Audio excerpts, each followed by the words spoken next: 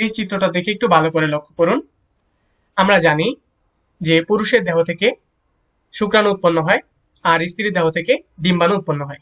এই শুক্রাণু এবং ডিম্বাণু উৎপন্নের সময় মিওসিস কোষবিভাজনটা হয়ে থাকে। মিওসিস কোষবিভাজন প্রক্রিয়ায় পুরুষের দেহ থেকে শুক্রাণু উৎপন্ন হয়, ফলে পুরুষের দেহ ছিল 2n। এই মিওসিস কোষবিভাজনের ফলে যে শুক্রাণুটা উৎপন্ন হয় সেটা হয়ে যায় n।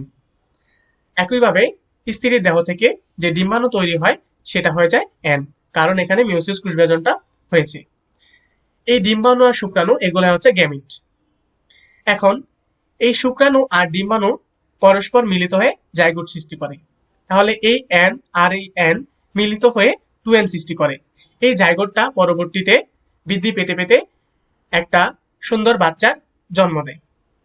তাহলে এখান থেকে একটু ভালো করে লক্ষ্য করুন, জাইগোট সৃষ্টির পরে যে বাচ্চাটার জন্ম হলো সেটা হয়েছে 2n, আর বাবারও 2n এবং মায়েরও 2n। ফলে বাবা মার শরীরে যে বৈশিষ্ট্য থাকবে সন্তানের শরীরে সে একই বৈশিষ্ট্য থাকবে।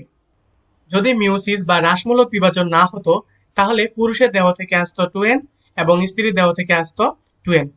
এই 2n পরস্পর মিলিত হয়ে 4n জাইগোট সৃষ্টি করত। এই 4n জাইগোটই পরস্পর একটা বাচ্চার জন্ম দিত। তাহলে আমরা দেখতে পাচ্ছি যদি মিওসিস কোষবিভাজন হয় তাহলে সন্তানটা হয় 2n, হুবহু বাবা মায়ের বৈশিষ্ট্যের মতো হয়। কিন্তু যদি এই মিওসিস কোষবিভাজনটা না হয় তাহলে একটা 4n বাচ্চার জন্ম দেয়। এখানে পিতামাতার ক্রোমোজোম হচ্ছে 2n আর সন্তানের ক্রোমোজোমটা হচ্ছে 4n। তাহলে বাবা মার মধ্যে যে বৈশিষ্ট্যটা থাকবে সন্তানের মধ্যে কি সে বৈশিষ্ট্য থাকবে? না, থাকবে না। যে সন্তানটা জন্ম নেবে তার বৈশিষ্ট্যটা অন্য একটা প্রাণীর মতো হয়ে যাবে। এই মায়োসিস কোষবিভাজনের ফলেই একটা সুন্দর সুস্থ সন্তানের জন্ম হয়, যার ফলে প্রজাতির মধ্যে ক্রোমোজোম সংখ্যা ধ্রুব থাকে। এই মিওসিস কোষবিভাজন হয় বলেই প্রতিটি প্রজাতির বৈশিষ্ট্য বংশ পরম্পরায় টিকে থাকতে পারে। আমার মনে হয় আপনারা বুঝতে পারবেন।